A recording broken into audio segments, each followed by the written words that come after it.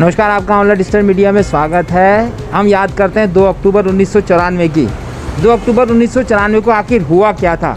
अलग राज्य की मांग को लेकर जो है उत्तराखंड राज्य की जो आंदोलनकारी थे वो दिल्ली के लिए जा रहे थे, लेकिन मुजफ्फरनगर के रामपुर तिहाड़ पे क्या होता है कि पुलिस बल उनको रोक लेता है, उनके साथ बर्बर करता है, कई लोगों की जान जाती है और कई महिलाओं की अस्मत भी लूट जाती है। ये कांड हुआ था 2 अक्टूबर 1994 को और हम लोग 2 अक्टूबर 2021 के दौर पे आने वाले हैं। 2 अक्टूबर 2021 को रेड राइडर्स जो तीर्थ नगरी ऋषिकेश का एक जाना माना साइकिल का क्लब है, साइकिल से यात्रा करते हैं। सुबह के टाइम पे जो है पर्यावरण संरक्षण का भी एक संदेश देते हैं।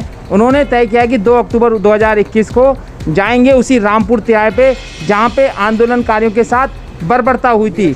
शुरुआत करते हैं जयंत भाई से। जयंत भाई अपने परिचय के साथ बताइए। मैं जयंत रमोला हूँ, मैं रेड राइडर्स क्लब का एक सदस्य हूँ और रेड राइडर क्लब में 13 साल के राइडर से लेके मतलब अभी एडिशनल राइडर, क्योंकि हम बालिग लोगों को इसमें साथ है, लेकिन 13 साल के एडिशनल राइडर से लेके 60 साल के राइडर्स इसमें हैं। और मैं बताना चाहूँगा कि हम लोग 2 अक्टूबर को जो आपने बताया कि हम एक श्रद्धांजलि यात्रा के रूप में, एक साइकिल यात्रा के रूप में मुजफ्फरनगर शहीद स्मारक पर जा रहे हैं। और साथ में हमारे साथ जो मैं बताना चाहूँगा हमारे रेड राइडर्स के बारे में, 60 साल के हमारे बूटावीर जी, वो लगातार पिछले 1.5 सालों से नॉन स्टॉप, चाहे कुंजापुरी मंदिर हो, चाहे टपकेश्वर महादेव हो, चाहे डाट काली मंदिर हो, चाहे नीलकंठ महादेव हो, चाहे किमसार हो, चाहे हरिद्वार हो, चाहे मालाकुंठी हो, चाहे क्यारकी हो, इन बड़ी बड़ी राइड में हमारे साथ चलते हैं। तो इस तरह के हमारे साथ में राइडर्स हैं, इंजीनियर्स भी हैं और इसको हम फुल प्रूफ करके तरीके से हम इस यात्रा को संपूर्ण करने जाते हैं, एक संदेश के साथ में कि हमें उन शहीदों को ज़रूर नमन करना चाहिए जिन्होंने हमारे इस उत्तराखंड के लिए अपने प्राणों को न्यौछावर किया है। अगर हम उनको भूलते हैं तो कहीं ना कहीं हम अपने आप से भी न्याय नहीं करते हैं। तो इस तरह से हम 2 तारीख को एक संदेश यात्रा लेकर रामपुर तिराहे पे पहुँचेंगे। ये हमारे साथ जयंत भाई थे और हम सीधे बूटा सिंह जी के पास चलेंगे जो बताएंगे कि वो कब से यात्रा कर रहे हैं और क्या उन्होंने सोचा कि 2 अक्टूबर के दिन ही हम जो यात्रा करें। क्योंकि 2 अक्टूबर के दिन हम लोगों ने पहले भी हम लोग जाते हैं, अब भी पर स्पेशल हम लोग अब साइकिल से जा रहे हैं, क्योंकि जिनका प्रेम भाव था उत्तराखंड के लिए, जिन्होंने अपना बलिदान दिया, उनकी श्रद्धांजलि के लिए हम लोग वहाँ जा रहे हैं। जी, आप अपना परिचय दीजिए। मैं दीपक नेगी हूँ। आपने कैसे सोचा कि इस तारीख को चुने हम?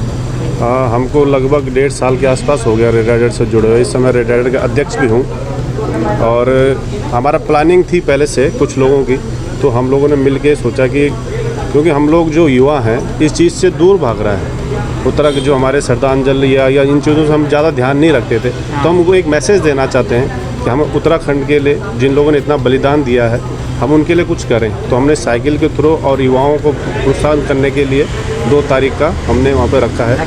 जी, इनका बहुत सही कहना है कि कहीं ना कहीं हमारे युवा जो है क्रांतिकारियों की तरफ जो उनकी भावनाएं थी उनसे विमुख होते हुए जा रहे हैं। इस बारे में हमारे इन भाई साहब का क्या कहना है? भाई साहब परिचय। मैं मनीष मिश्रा हूँ, मैं रेड राइडर का सदस्य हूँ और मुझे बड़ी हार्दिक प्रसन्नता हो रही है जैसा कि श्री जयंत रमोला जी बाकी सदस्यों ने बताया कि 2 अक्टूबर को हमारा जाने का क्या उद्देश्य है, और उसी में मुझे बड़ी गर्व का महसूस हो रहा है कि मैं भी उसी का सदस्य हूँ और हमारी एक ऐतिहासिक यात्रा होगी जो हमारे उत्तराखंड के युवा हैं, जो नई जनरेशन है, उनके लिए भी एक संदेश आएगा कि हमें कुछ इस तरह की एक्टिविटीज़ करनी चाहिए। और हमारे जो उत्तराखंड के आंदोलनकारी थे जिनको कि जो काला दिवस जिसके हम लोग मनाते हैं उसके रूप में हम उन्हें श्रद्धांजलि दें, अर्पित करें और उनको हम नमन कर सकते हैं। बहुत बहुत धन्यवाद सर।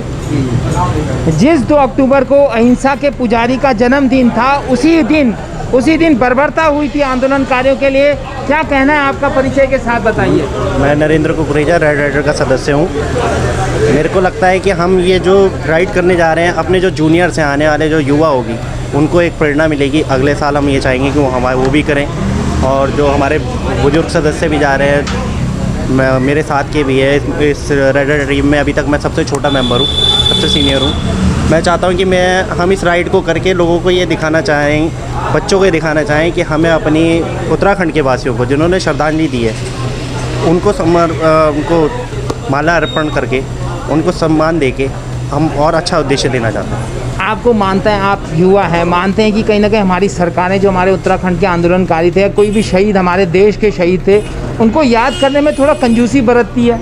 ये मैं नहीं कह सकता। देखो सरकार के लिए, देखो हम यहाँ के वासी हैं, ठीक है, हम ही सरकार बनाते हैं। सरकार हमारा ही काम है कि भाई किसी को वोट दे रहे हैं और ये हमारा काम है कि हम उन पे जा रहे हैं, उनको माल्यार्पण करने जा रहे हैं। तो आगे सरकार भी ये चीज़ सोचेगी कि बंदों हमारी उत्तराखंड के जनता ने ये किया कि आगे उनको भी ये उद्देश्य मिलेगा कि हम भी ऐसा करें और आगे के लिए कार्य भी करें। आप सरकार को भी संदेश देंगे कि जिस तरह से रामपुर तिराहा कांड हुआ था, अभी तक जो उसके आरोपी हैं उनको पकड़े नहीं गए, पर आप अपनी श्रद्धांजलि आज भी अर्पित करने जा रहे हैं, इस बारे में क्या संदेश देंगे आप? देखो, इस चीज़ के लिए तो मैं सरकार को नहीं कहता हूँ कि पकड़े गए हैं, उनके जो भी है चीज़ में तो मैंने भी नहीं ज़्यादा नोटिस किया, बट हम ये बोलेंगे सरकार को कि वो भी इस चीज़ पे ध्यान देगी। 2 अक्टूबर की उम्र पे जो उन्होंने किया, जो आंदोलन हुआ, जो क्रांतिकारी अपने जो उन्होंने जान दिया, बलिदान दिया, जो भी हुआ, तो उसके लिए हम सरकार को भी ये बोलना चाहेंगे बिल्कुल ये काम करना चाहिए कि हमारे क्या तो पूरे उत्तराखंड वासियों को करना चाहिए, बाकी श्रद्धांजलि सुमन करना चाहिए। ये हमारे साथ रेड राइडर्स क्लब के लोग सदस्य थे, जिनका जो है 2 अक्टूबर 2021 को एक प्रोग्राम है जिसमें ये यहाँ से ऋषिकेश जो है गांधी स्तंभ से जो है रामपुर तिराहा तक, मुजफ्फरनगर तक यात्रा करेंगे और श्रद्धांजलि अर्पित करने के साथ साथ जो है वहाँ पर सम्मान भी करेंगे उन लोगों का जिन्होंने वहाँ पर ज़मीन दी है उत्तराखंड के शहीदों का स्मारक बनाने के लिए। मैं अपने सहयोगी दीपक के साथ योगेश आमला, डिजिटल मीडिया, तीर्थनगरी ऋषिकेश, देवभूमि उत्तराखंड।